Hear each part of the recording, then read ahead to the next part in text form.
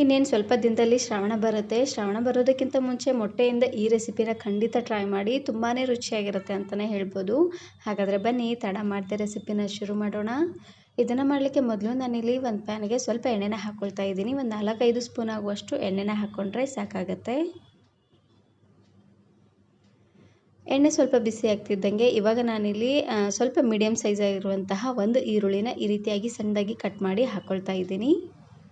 ಇವಾಗ ಈರುಳ್ಳಿ ಎಲ್ಲ ಸ್ವಲ್ಪ ಕಲರ್ ಚೇಂಜ್ ಆಗೋವರೆಗೂ ಉರಿನ ಪೂರ್ತಿಯಾಗಿ ಲೋ ಫ್ಲೇಮ್ನಲ್ಲೇ ಇಟ್ಟು ಫ್ರೈ ಮಾಡ್ಕೊಳ್ಬೇಕು. ಈರುಳ್ಳಿ ಎಲ್ಲ ಸ್ವಲ್ಪ ಸಾಫ್ಟ್ ಆಗಲಿ ಅಷ್ಟರಲ್ಲಿ ನಾನಿವಾಗ ಒಂದು ಮಸಾಲೆನ ರೆಡಿ ಮಾಡ್ಕೊಳ್ತಾ ಇದ್ದೀನಿ. ಇದನ್ನು ಮಾಡಲಿಕ್ಕೆ ಮೊದಲು ನಾನಿಲ್ಲಿ ಒಂದು ಸಣ್ಣ ಮಿಕ್ಸಿ ಜಾರಿಗೆ ಎಲ್ಲ ಪದಾರ್ಥಗಳನ್ನು ಹಾಕ್ಕೊಂಡು ಗ್ರೈಂಡ್ ಮಾಡ್ಕೊಳ್ತಾ ಇದ್ದೀನಿ. ಇದಕ್ಕೆ ನಾನಿಲ್ಲಿ ಮೀಡಿಯಮ್ ಸೈಜಿನ ಒಂದು ಈರುಳ್ಳಿ, ಒಂದು ಟೊಮೆಟೊ, 2 ಗಡ್ಡೆ ಆಗುವಷ್ಟು ಬೆಳ್ಳುಳ್ಳಿ, 2 ಇಂಚ್ ಆಗುವಷ್ಟು ಶುಂಠಿ, ಹಾಗೆಯೇ ಇದ್ರ ಜೊತೆಗೆ ಖಾರವಾಗಿರುವಂತಹ 4 ಹಸಿರು ಮೆಣಸಿನಕಾಯಿ, ಸ್ವಲ್ಪ ಪುದೀನ ಸೊಪ್ಪು, ಹಾಗೆಯೇ ಕೊತ್ತಂಬರಿ ಸೊಪ್ಪನ್ನು ಹಾಕ್ಕೊಂಡು ಪೂರ್ತಿ ನುಣ್ಣದಾಗೆ ಇದನ್ನು ಗ್ರೈಂಡ್ ಮಾಡ್ಕೊಳ್ತಾ ಇದ್ದೀನಿ. ಇದನ್ನು ಹುರಿಯೋದೇನು ಬೇಡ, ಹಾಗೆ ಇದನ್ನು ಹಾಕ್ಕೊಳ್ತಾ ಇದ್ದೀನಿ.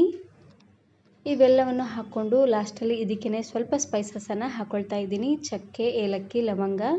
ನಾನಿಲ್ಲಿ ಒಂದು ಹೊತ್ತಿಗೆ ಇಬ್ಬರಿಗಾಗುವಷ್ಟು ಮಾಡಿ ತೋರಿಸ್ತಾ ಇದ್ದೀನಿ. ನೀವು ಸ್ವಲ್ಪ ಜಾಸ್ತಿ ಜನಕ್ಕೆ ಮಾಡ್ಕೊಳ್ಳೋ ಹಾಗಿದ್ದರೆ ಎಲ್ಲ ಪದಾರ್ಥನ ಜಾಸ್ತಿ ಅನ್ನೋಂಗೆ ಹಾಕ್ಕೊಳ್ಳಿ, ಚೆನ್ನಾಗಿರುತ್ತೆ. ಇದಕ್ಕೆ ಸ್ವಲ್ಪ ನೀರನ್ನು ಹಾಕ್ಕೊಂಡು ಪೂರ್ತಿ ನುಣ್ಣದಾಗೆ ಇದನ್ನು ಗ್ರೈಂಡ್ ಮಾಡ್ಕೊಂಡು ತಗೊಳ್ಬೇಕು. ಇವಾಗ ನೋಡ್ತಾ ಇರ್ಬೋದು ಈರುಳ್ಳಿ ಎಲ್ಲ ಸ್ವಲ್ಪ ಸಾಫ್ಟ್ ಆಗಿದೆ. ಇಷ್ಟು ಸಾಫ್ಟ್ ಆದರೆ ಸಾಕಾಗುತ್ತೆ, ಪೂರ್ತಿ ಕೆಂಪದಾಗೆಲ್ಲ ಮಾಡಲಿಕ್ಕೆ ಹೋಗಬೇಡಿ. ಇದಕ್ಕೆ ನಾನಿಲ್ಲಿ 1/4 ಚಮಚ ಆಗುವಷ್ಟು ಅರಿಶಿನ ಪುಡಿ, ಹಾಗೆಯೇ ರುಚಿಗೆ ತಕ್ಕಷ್ಟು ಉಪ್ಪನ್ನು ಹಾಕ್ಕೊಂಡು ಈ ರೀತಿಯಾಗಿ ಚೆನ್ನಾಗಿ ಇದನ್ನು ಮಿಕ್ಸ್ ಮಾಡಿಕೊಂಡು ಇವಾಗ ನಾನಿಲ್ಲಿ ರುಬ್ಬಿರುವಂತಹ ಮಸಾಲೆನ ಹಾಕ್ಕೊಳ್ತಾ ಇದ್ದೀನಿ. ಮಸಾಲೆನ ಹಾಕ್ಕೊಂಡು ಇದರಲ್ಲಿರುವಂಥ ಹಸಿ ವಾಸನೆ ಎಲ್ಲ ಪೂರ್ತಿಯಾಗಿ ಹೋಗೋವರೆಗೂ ಚೆನ್ನಾಗಿ ಇದನ್ನು ಬಾಡಿಸ್ಕೊಳ್ಬೇಕು.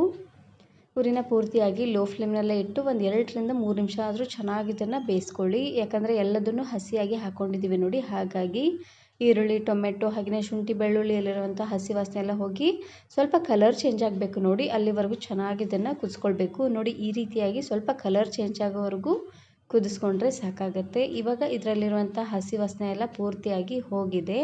ಇದಕ್ಕೆ ನಾನಿಲ್ಲಿ 1 ಸ್ಪೂನ್ ಆಗುವಷ್ಟು ಎಗ್ ಕರಿ ಮಸಾಲಾನ ಹಾಕ್ಕೊಳ್ತಾ ಇದ್ದೀನಿ. ಮಸಾಲೆನ ಹಾಕ್ಕೊಂಡು ಒಂದೇ ಒಂದು ಸಾರ್ತಿ ರೀತಿಯಾಗಿ ಚೆನ್ನಾಗಿ ಇದನ್ನು ಮಿಕ್ಸ್ ಮಾಡಿಕೊಂಡು ಇವಾಗ ನಾನಿಲ್ಲಿ ಬೇಯಿಸಿರುವಂತಹ ಮೊಟ್ಟೆನ ಹಾಕ್ಕೊಳ್ತಾ ಇದ್ದೀನಿ. ನಾನಿಲ್ಲಿ 3 ಮೊಟ್ಟೆನ ಬೇಯಿಸಿ ಸಿಪ್ಪೆನ ತೆಗೆದು 1ರಲ್ಲಿ 2 ಭಾಗನ ಮಾಡಿ ಹಾಕ್ಕೊಳ್ತಾ ಇದ್ದೀನಿ. ನೀವು ಪೂರ್ತಿ ಡೈರೆಕ್ಟಾಗಿ ಇಡೀ ಮೊಟ್ಟೆನಾದರೂ ಹಾಕ್ಕೊಳ್ಬೋದು. ಮೊಟ್ಟೆನ ಕುಕ್ಕರಿಗೆ ಹಾಕಿ ಒಂದು 3 ವಿಸಿಲ್ ಕೂಗಿಸಿದ್ರೆ ಆಯಿತು. ಮೊಟ್ಟೆ ಕರೆಕ್ಟಾಗಿ ಚೆನ್ನಾಗಿ ಬೇಯುತ್ತೆ. ಪಾತ್ರೆಯಲ್ಲಿ ಬೇಯಿಸೋ ಹಾಗಿದ್ರೆ ಜಾಸ್ತಿ ಟೈಮ್ ತೊಗೊಳುತ್ತೆ ನೋಡಿ, ಹಾಗಾಗಿ ನಾನಿಲ್ಲಿ ಕುಕ್ಕರಲ್ಲಿ ಹಾಕ್ಕೊಂಡು ಒಂದು 3 ವಿಸಿಲ್ ಕೂಗಿಸಿ ತಗೊಂಡಿದ್ದೆ. ಮೊಟ್ಟೆನೂ ಅಷ್ಟೇ ಕರೆಕ್ಟಾಗಿ ಬೆಂದಿತ್ತು.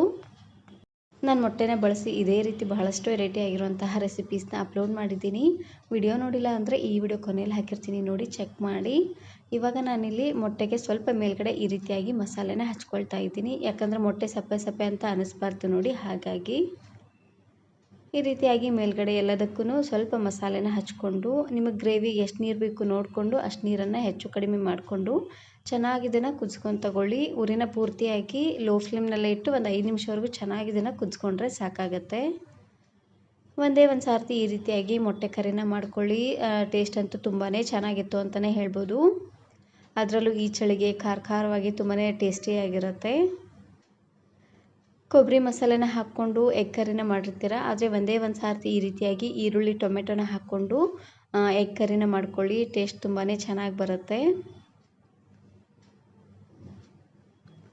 ಇವಾಗ ನಾನಿಲ್ಲಿ ಮೇಲ್ಗಡೆ ಮುಚ್ಚಳನ ಮುಚ್ಚಿ ಉರಿನ ಪೂರ್ತಿಯಾಗಿ ಲೋ ಫ್ಲೇಮ್ನಲ್ಲೇ ಇಟ್ಟು ಕುದಿಸ್ಕೊಳ್ತಾ ಇದ್ದೀನಿ. ಚೆನ್ನಾಗಿದು ಎಣ್ಣೆ ತೆಲ್ ಬರಬೇಕು ನೋಡಿ, ಅಲ್ಲಿವರೆಗೂ ಚೆನ್ನಾಗಿ ಇದನ್ನು ಕುದಿಸ್ಕೊಂಡ್ರೆ ಸಾಕಾಗುತ್ತೆ. ಇವಾಗ ನೋಡ್ತಾ ಇರ್ಬೋದು ಚೆನ್ನಾಗಿ ಕುದ್ದು ಎಣ್ಣೆ ತೇಲ್ ಬರ್ತಾ ಇದೆ, ನೋಡ್ತಾ ಇದ್ದೀರಲ್ವ. ಈ ರೀತಿಯಾಗಿ ಚೆನ್ನಾಗಿ ಇದನ್ನು ಕುದಿಸ್ಕೊಂಡ್ರೆ ಸಾಕಾಗುತ್ತೆ. ಇದನ್ನು ನೀವು ಪರೋಟ, ಬಿಸಿ ಬಿಸಿಯಾಗಿರುವಂತಹ ಚಪಾತಿ, ವೆರೈಟಿ ಆಗಿರುವಂತಹ ಅನ್ನದ ಜೊತೆಗೆಲ್ಲ ಸರ್ವ್ ಮಾಡ್ಕೊಬೋದು. ಸಖತ್ ಟೇಸ್ಟಿಯಾಗಿರುತ್ತೆ. ಇನ್ನೇನು ಶ್ರಾವಣನೂ ಬರ್ತಾ ಇದೆ. ಶ್ರಾವಣ ಬರೋದಕ್ಕಿಂತ ಮುಂಚೆ ಈ ರೀತಿಯಾಗಿ ಮೊಟ್ಟೆ ಕರಿನ ಮಾಡ್ಕೊಳ್ಳಿ. ಈ ವಿಡಿಯೋ ಇಷ್ಟ ಆದರೆ ಈಗಲೇ ಒಂದು ಲೈಕ್ ಬಟನನ್ನು ಕ್ಲಿಕ್ ಮಾಡಿ, ಫ್ರೆಂಡ್ಸ್ ಆ್ಯಂಡ್ ಫ್ಯಾಮಿಲಿ ಜೊತೆಗೆ ಶೇರ್ ಮಾಡಿ. ಹಾಗೆಯೇ ಮತ್ತಷ್ಟು ಹೊಸ ರೆಸಿಪಿಗಾಗಿ ವರ್ಣಿಕಾ ಅಡುಗೆ ಮನೆ ಯೂಟ್ಯೂಬ್ ಚಾನಲನ್ನು ಸಬ್ಸ್ಕ್ರೈಬ್ ಮಾಡ್ಕೊಳ್ಳಿ. Thank you. Thanks for watching.